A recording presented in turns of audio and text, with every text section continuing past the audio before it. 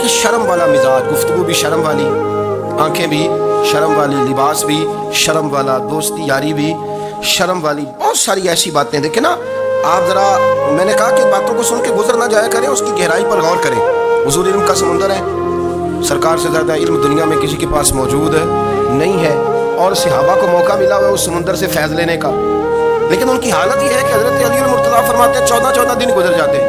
حضور سے کچھ سوال پوچھنا ہوتا تھا پر میں شرم کے بارے نہیں پوچھ پاتا تھا. 14 دن بخاری شریف میں موجود ہے. ایک دن نبی پاک صلی اللہ علیہ وسلم نے پوچھا صحابہ سے کہ وہ کون سا درخت ہے جس کے پتے نہیں گرتے، اور وہ درخت اس طرح ہے جس طرح مومن ہوتا ہے، وہ درخت میرے مومن کی طرح بتاؤ. حضرت عبداللہ بن عمر فرماتے مجھے پتا تھا کہ وہ کھجور کا درخت ہے، لیکن چونکہ ابو بکر صدیق بھی بیٹھے ہیں، عمر فاروق بھی بیٹھے ہیں، مولا علی بھی بیٹھے ہیں، عثمان غنی بھی بیٹھے ہیں، اتنے جید لوگ بیٹھے ہیں، تو مجھے حیا آتی تھی کہ میں کیوں جواب دوں. کہتے سرکار نے کئی دفعہ پوچھا، لوگوں نے کئی اور درخت بتائے، پر فرمایا تمہارا جواب درست نہیں ہے. آپ حیا کے اس پہلو پر غور کریں کہ سوال کا جواب آتا ہے. سوال کا جواب یعنی مجھے سوال کا جواب آتا ہو پھر میں دوں نہ، مجھے بدعزمی نہ ہو جائے گی. یہ کیسے ممکن ہے کہ میری رات گزر جائے، مجھے پتا بھی تھا اور میں نے بتایا نہیں. بہت سارے لوگ آ کے بہت ساری باتیں بتاتے ہیں، بہت ساری باتیں وہ سمجھاتے ہیں، ہم غور سے ان کا چہرہ دیکھنے لگ جاتے ہیں، کہتے ہیں یار اس کا تو دعویٰ تھا کہ میں سمجھنے آتا ہوں، یہ تو ہمیں سمجھا رہا ہے، چلو الحمدللہ ہم سمجھنے کو تیار ہے. لیکن میرے عزیز پتہ بھی ہے جواب کا، علم بھی ہے، لیکن فرماتے ہیں میری حیا نے مجھے اجازت نہ دی کہ میں جواب دوں. آپ فرماتے ہیں پھر حضور سے صحابہ نے عرض کی کہ یا رسول اللہ آپ ہی بتا دیں وہ درخت کون سا ہے. تو حضور نے فرمایا بھائی وہ کھجور کا درخت ہے. تو آپ فرماتے ہیں میں دل ہی دل میں کہہ رہا تھا کہ الحمدللہ میرا جواب درست ہے، حالانکہ میں نے جواب دیا ہی نہیں. تو لفظوں میں حیا، جملوں میں حیا، آنکھوں میں حیا، اٹھنے میں حیا، بیٹھنے میں حیا، چلنے میں حیا ایک خوبصورت حسن ہے. اور نبی پاک صلی اللہ علیہ وسلم نے فرمایا جب تو بے حیا ہو جائے نا پھر تو آزاد ہے، پھر تو جو مرضی کا، پھر تو جو. اس لیے بزرگ جب کسی کو بے حیا کہتے تھے نا، اللہ اکبر، جب کسی کو کہتے تھے نا یہ بے حیا ہے تو لوگ سمجھتے تھے کہ ہلکی سی بات کرتی ہے، لیکن ان کا معنی یہ ہوتا تھا کہ بس بھائی اب اس کے ساتھ کوئی کلام کرنے کی ضرورت ہے، اس کو اب اصلاح کی ضرورت نہیں، یہ بے حیا ہے. کیا معنی کہ اب یہ جو اس کے دل میں آئے گا وہ کرے گا، جو اس کی طبیعت چاہے گی وہ کرے گا. اب یہ کسی پہلو بھی قابو آنے کو تیار بے حیا ہو گیا. بے حیائی بہت بڑا عیب ہے. اور جو لوگ کہتے ہیں کہ ہمیں بالکل آزادی ہونی چاہیے، ہمارا اپنا جسم ہے تو ہماری اپنی مرضی چلے گی. ایک وزیر صاحب ہیں، پتہ نہیں میں ان کو جانتا تو نہیں، انہوں نے سینٹ میں تقریر کی ہے، میں نے ان کی بات سنی ہے. اس نے کہا نہیں بھائی جسم رب کا ہے تو مرضی بھی تو رب کریم کی چلے گی، اور مرضی بھی اللہ کی. یہ مجھے تھوڑا سا مسئلہ ہے جسم پر، کبھی کبھی مجھے کثرت سفر سے الرجی ہو جاتی ہے. میرے ساتھ لوگ نا دل سے پیار کرتے ہیں، شاید ہی کوئی اچھا ڈاکٹر ہو جس تک میرے سنگی مجھے لے کے نہ گئے، پر جسم اللہ کا ہے نا، مرضی بھی جب چاہے گا صحت دے گا. کیوں کچے کاموں میں لوگ پڑ گئے، کیوں غلط لوگ سوچ میں پڑ جاتے ہیں، یہ اسی کا ہے. اور جب وہ چاہے گا، آپ اس بات کو اچھی طریقے سے سمجھ لیں کہ جو اپنی مرضی چوکوں چوراہوں میں کر رہے ہوتے ہیں نا، جو مرضی قانون، وہ جانور ہوتے ہیں، وہ جانور ہوتے ہیں جو نہ چوک دیکھتے ہیں نہ گلی دیکھتے ہیں، نہ انہیں پتہ ہوتا ہے کہ جگہ کون سی ہے. وہ انسان ہے، میں نے کہہ دیا جو میں نے کہنا تھا، میں نے کہہ دیا، وہ جانور ہوتے ہیں. اور جو کچھ انسان ہوتے ہیں نا ان کے اندر کچھ نہ کچھ پھر شرم حیا بھی ہوتی ہے. وہ چوکوں چوراہوں میں وہ حرکتیں اور وہ کام نہیں کرتے جو جانور کرتے ہیں. ان کے لیے بڑے پردے ہوتے ہیں، ان کے لیے بڑی باتیں ہوتی ہیں، ان کے لیے بڑا کچھ ہوتا ہے. جو بالکل آزاد ہو جائے، کوئی پتہ نہ ہو کس وقت کیا کہنا ہے کیا کرنا ہے، تو پھر وہ دائرہ انسانیت سے خارج ہو جاتا ہے. ہم آپ کو کیا دعوت دیں؟ آپ تو وہ باتیں کر رہے ہیں جو اسلام کا انسانیت کے حق میں بھی ٹھیک نہیں. آپ تو وہ والی باتیں کر رہے ہیں جن کا انسانیت بھی تقاضا نہیں کرتی کہ یہ باتیں ہونی چاہیے. لیکن ایک بات، میں تو جذباتی نہیں ہوتا، میں بڑے غور سے چیزوں کو دیکھتا ہوں، سنتا ہوں. اور نہ میں ان موسمی مینڈکوں کی، وہ مجھے عاطف صاحب کہنے لگے جی بڑے بڑے مولوی ایک بندے کے ساتھ بیٹھے ہوئے ہوتے تھے اور وہ روزے میں بڑے بڑے درس دیتا تھا تو وہ بھی فلانی حرکتیں کر رہا ہے. تو میں نے کہا ہم نے تو پرانا کہا تھا کہ موسمی مینڈک ہے، تو پرانے کہہ رہے ہیں کہ اداکار ہے، تو وہ جہاں کاسٹ کریں گے وہاں وہ اداکاری کرے گا. آپ کسی مذہبی جگہ کر لیں تو وہاں کر لے گا، کہیں اور جگہ کریں گے تو ہم تو پرانا کہہ رہے ہیں. تو کسی کو کبھی سمجھ آتی ہے تو کسی کو کبھی اور جگہ جا کے سمجھ آتی ہے. ہم ان لوگوں سے پریشان نہیں ہوتے، کیوں؟ سن لیں، کوئی مایوسی نہیں. ان کے اندر جتنا زور ہے وہ لگائیں. یہ ملک بنا ہے رسول اللہ کے نام پہ، یہ اللہ نے تحفہ دیا ہے امت مسلمہ کو، یہ نبی پاک کے نام پہ بنا ہے. تو یہاں جھنڈا بھی وہی والا بلند ہونا ہے جو مدینے والے رسول کا جھنڈا ہے، اور یہاں وہی کام چلے گا جو نبی پاک نے بیان فرمایا. تو اس طرح کئی لوگ آتے ہیں, وہ شور شار کرتے ہیں, چلے جاتے ہیں. اتنے نہ پریشان ہوا کریں, بہت سارے لوگ تو بیچارے اس قابل بھی نہیں ہے کہ ان کا نام لیا جائے. مطلب اتنا ہم ان کو اہمیت دے دیں, ان کا ذکر کریں, ان کا نام لیں, ان کی بات کریں, وہ بیچارے اس قابل ہی نہیں ہے. مطلب سٹیٹس نہیں ہے ہمارا, اتنے فارغ ہیں ہم. جب جو بندہ آئے گا کہانی چڑھے گا تو ہم چھڑ جائیں گے. اور بھائی اللہ کا فضل ہے الحمدللہ تعالی, لوگوں نے بڑا شور کیا, اور بڑے زمانے سے دنیا شور کر رہی ہے, اور اللہ کے گھر مسجدیں بھری ہوئی ہیں, مسجدیں بھری ہوئی ہیں. ہماری بیٹیاں پردے کرتی ہیں, پردے کو پسند کرتی ہیں, وہ حجاب میں رہتی ہیں, وہ سمجھتی ہیں کہ ہمارا اصل حسن کیا ہے. تو یہ پراپیگنڈا پرانا چلا آ رہا ہے, اس کا اللہ کے فضل سے امت مسلمہ پہ نہ کبھی اثر ہوا ہے اور نہ کبھی ہوگا انشاءاللہ. اللہ تعالی ہمیں حق پر استقامت عطا فرمائے.